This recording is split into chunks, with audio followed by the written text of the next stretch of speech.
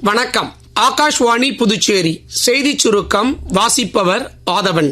ஆசிய கோப்பை கிரிக்கெட் போட்டியில் பாகிஸ்தானை வீழ்த்தி 9வது முறையாக கோப்பையை வென்ற இந்திய அணிக்கு குடியரசுத் தலைவர் திருமதி திரௌபதி முர்மு வெளியிட்டுள்ள சமூக வலைதள பதிவில் வருங்காலத்திலும் இந்திய அணி தொடர் வெற்றிகளை பெற வாழ்த்துவதாக கூறியுள்ளார். பிரதமர் திரு நரேந்திர மோடி விளையாட்டு களத்திலும் ஆபரேஷன் சிந்தூர் வெற்றி பெற்றிருப்பதாகவும் இந்த வெற்றியை பெற்ற இந்திய அணி வீரர்களுக்கு தமது பாராட்டுக்கள் என்றும் குறிப்பிட்டுள்ளார்.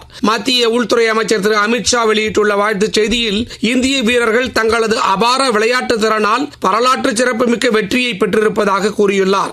இந்தியாவை வளர்ச்சி அடைந்த நாடாக மாற்றுவதற்கு அடுத்த 25 ஆண்டுகளில் சுமார் 7.5 மடங்கு அளவிற்கு வளர்ச்சி அடைவது அவசியம் என்று நிதி ஆயோக் இயக்குநர் திரு சஷாங்க் வேலூரை அடுத்த காட்பாடியில் நடந்த தனியார் பல்கலைக்கழக நிகழ்ச்சியில் பேசுகையில் இவ்வாறு குறிப்பிட்டார். கரூர் நெரிசலில் காயமடைந்தவர்களுக்கு 8 மாவட்டங்களைச் சேர்ந்த 345 மருத்துவர்கள் அடங்கிய குழுவினர் சிகிச்சை அளித்து வருவதாக தமிழ்நாடு துணை முதலமைச்சர் திரு உதயநிதி ஸ்டாலின் தெரிவித்துள்ளார்.